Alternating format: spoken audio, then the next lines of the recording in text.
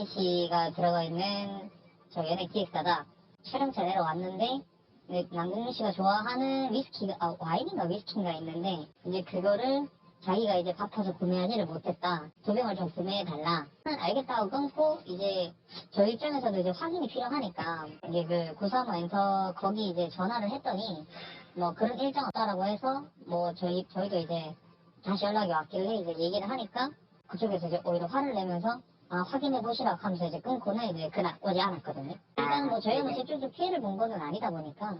정말 사기 주의보입니다. 소상공인분들 꼭 이 뉴스 주의 깊게 보셔야 될 것 같은데요. 요즘 자영업자분들 참 어렵잖아요. 이런 부분을 노리고 있습니다.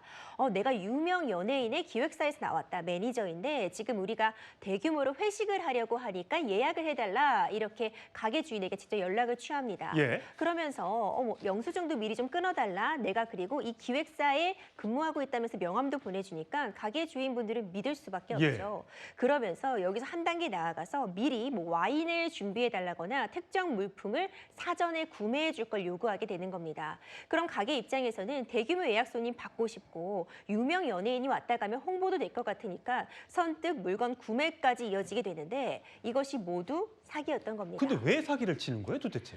이전에는 사실상 이 노쇼가요. 어떤 본인도 노쇼를 함으로써 금전적 이익을 받는 것이 없었잖아요. 어떤 일종의 분풀이 내지는 재미를 위한 것이었다면 요즘은 물품 구매를 유도해서 누군가에게 이미 물품 구매 대금을 전하게 하는 거죠. 이제 그러면서 물품만 가로채거나 금전적인 이득을 보는 수법으로 넘어가는데 이런 수법이 지금 반복되고 있었습니다. 다른 연예인들도 많다면서요. 그렇죠. 얼마 전에 송가인 씨도 이와 거의 유사한 수법으로 피해를 당부하고 주의하는 그런 글을 올리기도 했어요. 송가인 씨도 유사한 패턴이었거든요. 저렇게 4명이에요? 하정우, 변우석, 송가인, 남궁민까지? 그렇습니다. 패턴이 일치합니다. 대규모로 회식을 하겠다고 예약을 하면서 물품 구매를 사전에 해달라고 유도한다거나 대규모 예약을 사전에 준비하거든요. 이런 일 지금 이 소속사 측에서는 먼저 어느 경우에도 물품을 구매를 요청하는 일이 없으니까 주의를 요한다고 당부를 했습니다. 예, 지금 화면에 나간 저 연예인들 전부 다 피해자입니다. 여러분들 오해하지 마셔야 되고요.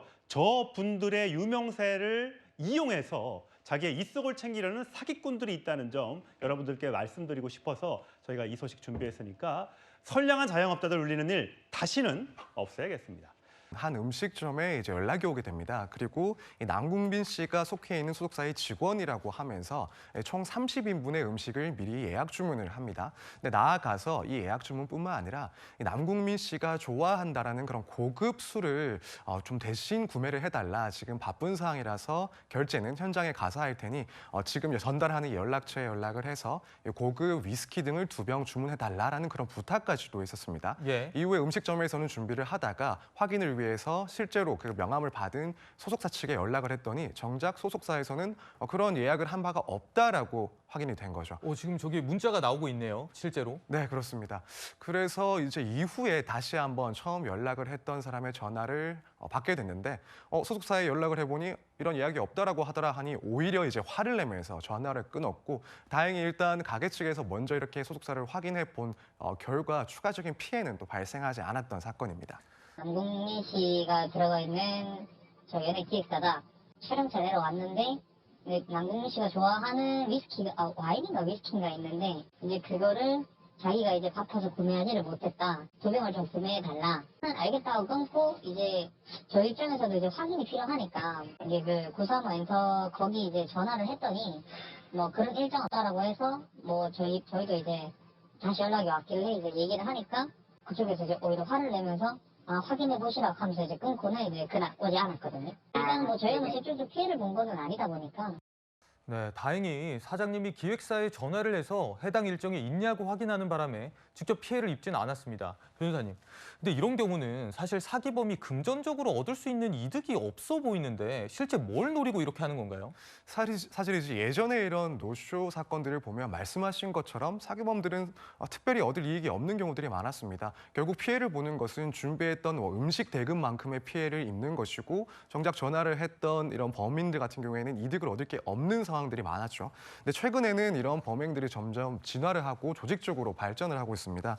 그래서 이 사건을 조금 구체적으로 보면은 이제 당시에 음식들을 미리 예약 주문하면서 추가적으로 이제 고급 위스키를 또 대신 구매해 달라라고 하면서 관련 업체의 명함을 함께 보냅니다. 예. 그리고 만약에 이 가게 업체에서 그걸 그대로 믿고 이 업체에게 연락을 하고 대금을 먼저 결제를 했다라고 한다면 사실은 이 가게 역시도 전화를 걸었던 이 노쇼 범인들과 한통속일 가능성이 무척 높아 보입니다. 그렇게 예. 되면 돈만 수백만 원 혹은 천만 원 이상을 결제를 하고 결국에는 이후에 연락이 끊기면서 추가적인 금전 피해를 입고 그만큼을 이 조직적으로 취득하게 되는 그런 사기 범죄로 지금 진화를 하고 있는 상황입니다.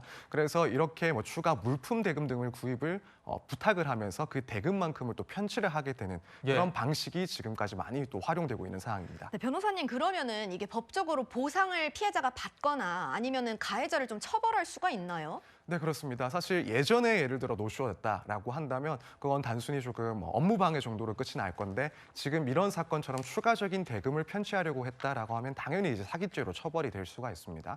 그래서 일반적인 사기죄의 경우에는 10년 이하의 징역까지도 처할 수 있는데 이제 문제는 이런 경우에 조직적으로 범행들이 이루어지다 보니까 관련자들의 그런 연락처 이런 것들이 다 일명 대포폰일 가능성이 무척 큽니다. 통장 역시도 차명 계좌로 쓸 수 있는 그런 가능성이 있고요. 그래서 무엇보다도 중요한 것은 이런 피해가 발생하기 전에 먼저 한번 확인을 하고 또 항상 주의를 해서 이런 범행의 피해자가 되지 않는 것 이것이 가장 중요한 상황입니다.